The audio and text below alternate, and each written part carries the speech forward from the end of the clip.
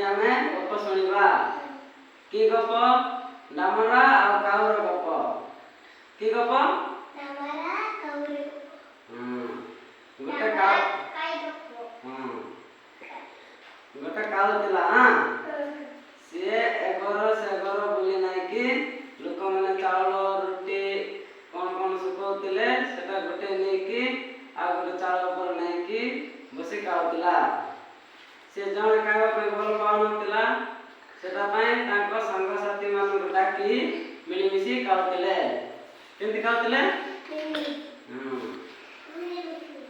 ଗୋଟେ ଦିନ କ'ଣ ହେଲା, ସେ କାଉ ଗୋଟେ ବାସି ରୁଟି ଧରି ଗୋଟେ ଚାଉଳ ଉପରେ ଖାଉଥିଲା।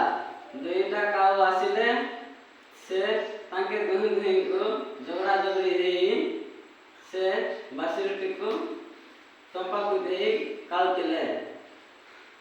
ସେଟା ଦେଖି କାଉ ରିସା ହେଇ ତାଙ୍କ ସାଥୀମାନଙ୍କୁ କ'ଣ କହିଲା, ତମେ ମାନେ ପରିଶ୍ରମ ନ କରି ମୋର ରୁଟି କାହିଁକି ରୁଟି ଧରିବା ପାଇଁ ଆସିଛ? ଯଦି ତମେ ପରିଶ୍ରମ କରିବ ତାହେଲେ ତମେ ପେଟ ପୂରା ଖାଦ୍ୟ ମିଳିବ। ଆଜିକାଲି ପିଲାମାନେ ବହୁତ ଖାଦ୍ୟ ନଷ୍ଟ କରୁଛନ୍ତି।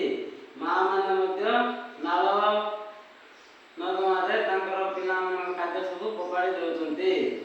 ସେସବୁ ତମେ ଗୋଟେଇ ନେଇ ଖାଇଲେ ସମସ୍ତଙ୍କର ପେଟ ପୂରା ହେବ। ଜାଣିପାରୁଛ କି ନାହିଁ? ଏଥିରୁ ଆମେ କ'ଣ ଶିଖିଲେ?